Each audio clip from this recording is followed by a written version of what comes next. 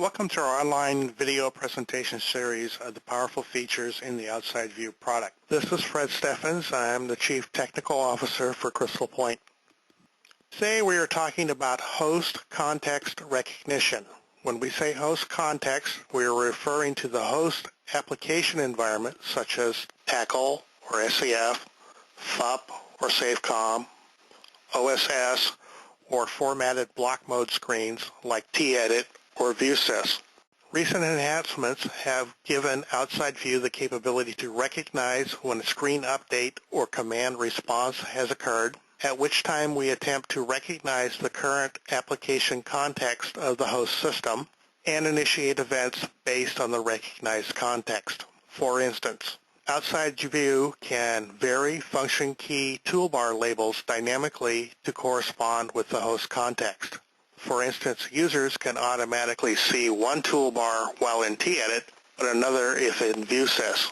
Context recognition can also differentiate between a TACL prompt in a logged-in state versus an initial TACL prompt requiring login, and thereby trigger events for our identity management feature. Context recognition allows our dynamic input assistant feature to store separate command histories for the various management subsystems, so you can receive relevant command history lists rather than a global list of all past commands, regardless of their application to your current context.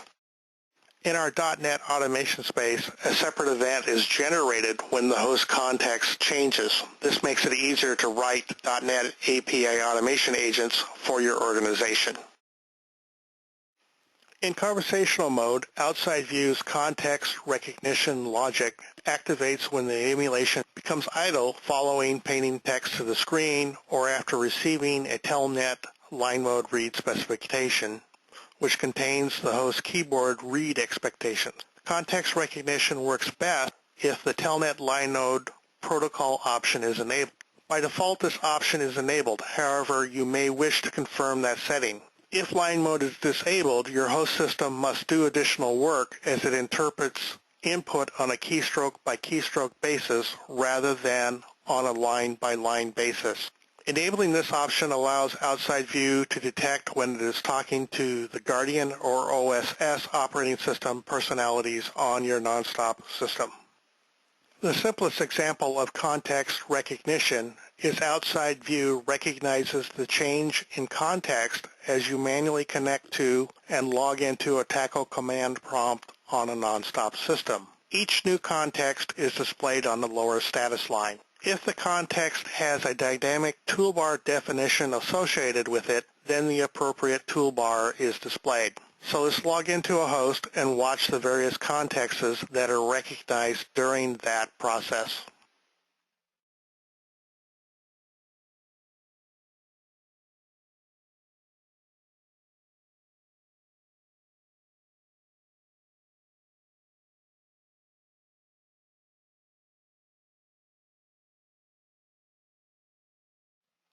As you can see, we had a progression of recognized contexts that Outside View detected during our login process. Editing the context. Although Outside View automatically recognizes a wide variety of contexts out of the box, your specific environment may contain modified or new contexts that are not recognized. Outside View can be taught to recognize such contexts. To edit or create a new context, we start by selecting Edit Application Settings from the Outside View menu bar, and then select the Context Recognition tab. Outside View keeps separate context recognition lists for each emulation, including the OSS personality on the nonstop, IBM 3270, 5250, and others. When we click on the Edit Context for the selected emulation type, we see a list of contexts defined for the current tandem emulation type. From this dialog, we can select Add New or highlight an existing context and select Edit.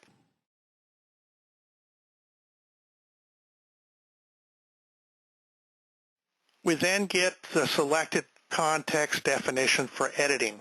A key takeaway is that It is not enabled for dynamic input assistance, so no command history will be kept for any commands that are typed when the new tackle context is active. The most powerful use of the context recognition feature is to enable recognition for your own applications. In this case, we are showing the block mode login screen of an example pathway application from the Nonstop Users Group library. Each host context that is defined in OV has a number of attributes associated, with obviously the name being the primary attribute. As you can see, the current context is unknown for this screen. The simplest way to start to define a context for a block mode screen is to right-click on the dynamic toolbar and select Create New Context. Outside View's powerful .NET API component analyzes the current host application screen to identify its underlying hidden structure and presents the visualized layout dialog that we see here. In this view, the little blocks on the screen indicate the hidden field marks that define the structure of the host application screen.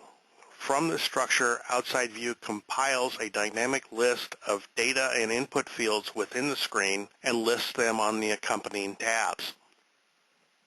Under the Data Field tab, we have all the fields that make up the screen. It gives the row, column, length, and whether it's an input field. As you see, there's two input fields on the screen. Under the Input Fields tab, it lists the input fields, the prompt that it shows, current value of the text, and whether it's a no echo field, which is like a password input field. In the .NET environment, the fields are presented to a developer as objects, where the developer can simply access the text property to read the field contents, or in the case of an input field, assign text to automatically enter information into the host application. For this screen, we're going to do a basic screen ID tag, and what we'll do is we'll highlight the text, and it will tell us that the screen extract data is row 0, column 4 for a length of 6, or it's the first data field in the screen. As you can see, as a result of our highlighting of text on the previous screen, it selected a context for formatted screen with a field index of 1 that is 6 characters long, starting at an offset of 0. We could also do extracted screen text. However, the context recognition testing would be performed on both conversational and block mode screens with a more chance of a false hit. Another option is status line text testing. Also, as the result of our selection process, a simple regex expression was calculated from our selected text and has been inserted here along with a derived name for the context, which we can edit and change as necessary. We will go into regex and its usage for command prompt determination more in another video. We have closed the terminal session and restarted it. Outside View is now recognizing the context we just defined. There will be another video going into dynamic toolbars in more detail, but since we are here, we thought we would show you how to quickly define buttons for this screen. As you can see, it uses F1 for login, F12 for refresh, and Shift F16 to exit. I'm not sure of the logical difference between F12 and F14, so we'll omit F14 for the recover. With the context recognized, we simply right-click on the dynamic toolbar and select Edit Buttons.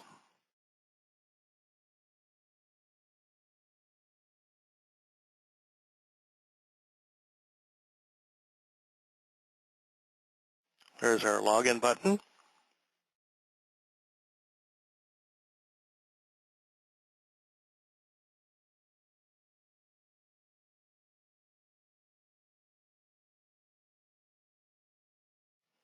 Refresh button, and the exit button.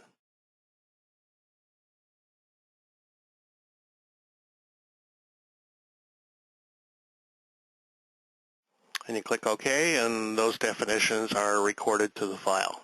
So where are the results of this configuration process stored? We can go to View, Configuration Data Folder, and they're stored as XML files here. And In this particular case, as we define the context for the Tandem emulator, it's stored under Tandem context. This is the file you would copy to other workstations to distribute the work to other users. We hope you have enjoyed this context recognition overview and urge you to view our other videos that we have prepared. Thank you for viewing this video. Good day.